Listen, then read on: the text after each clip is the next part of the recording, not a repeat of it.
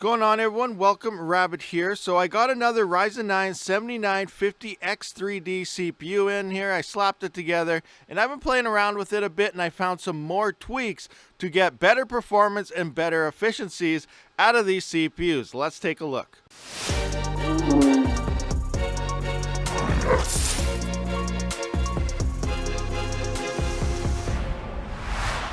Alright, so if you did miss my previous video when tuning for the 7950X3D versus the 7950X, be sure to check that out. But these are my default settings for the X3D version. I am on BIOS version F21. It's the latest stable version. There is one more version newer, which is a beta. I don't recommend updating to betas ever. So anyway, coming into here, we can see XMP Expo Profile is turned on. Be sure to turn this on. That will then open up low latency support as well as high bandwidth support. I do enable high bandwidth support. It seems to increase your hash rate. Low latency support seems to, not really do anything when it comes to mining. It might do better for the gamer side of things. Now, you can only have one of these enabled. You cannot enable both at the same time or it will not boot. So next up, we're going to come into the settings here. AMD CBS, we're going to open this up. This is back, still doing default settings here. SMU common options. You're going to want to make sure you turn on eco mode if it's not already on. I did play around with all these without eco mode. I did see a decent boost in hash rate, but it was using too much power. So keep that in mind. So make sure you do enable that eco mode right there. And then we're just going to move back here, back one more, and now we're going to go into AMD overclocking, and we're going to accept this, and I'm going to scroll down to Precision Boost Overdrive. By default, it will be on auto, so you will have to turn this to advanced because nothing will be there. So make sure you go into advanced mode.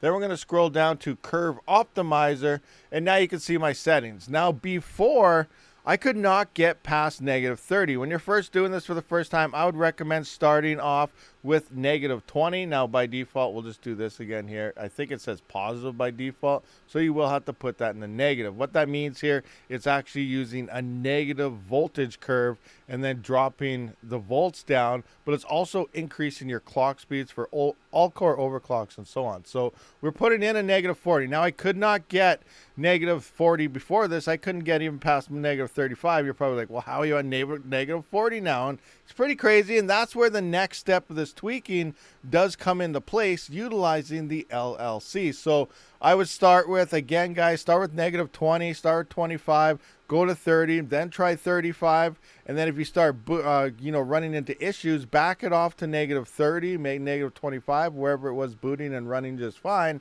and then we're going to go tweak with the LLC. So this can actually be found all the way back to your first page here, all the way down at the bottom. You will see this right here, CPU VRM settings. So we're going to click on this, and now you can see CPU vCore load line calibration. I'm currently on turbo. All right, so let's kind of get an idea of what this means. Now, by default, which is what everyone was running, what I was running before, this is set to auto. And as we can see, it is down here at the bottom. So what this means is the higher the load, the more you're using your all-core overclocks and everything in your CPU, example, mining, doing some benchmarks, rendering stuff, your voltage drops down very, very fast. So this is what's going on. The more the load is happening on your CPUs, the faster the voltage drops. And that's why I was not able to run past -30 and so on. And again, everything here is based on Silicon Lottery. But as we can see here, if you go down here, everything's kind of messed up in terms of wording. You think extreme would be like, wow, that's crazy. But that's actually the best setting for the most stability, but it is using a bit more power. So let's just take a look at extreme and what that means. It actually pushes it all the way up to here. So as you can see, a 1 volt offset or a 1 volt negative, or, just setting an all core like a 7950X at 1 volt, that is running straight across. You're staying at that 1 volt, but we are still running a negative curve here, which means you are undervolting the CPUs more as the load turns on. But at the same time, you can see it's not as dramatic as what's going on in the other settings. So you can see we got extreme here. I'll just adjust them all around here. Extreme. We got turbo. You can see it move to the next one. We got high.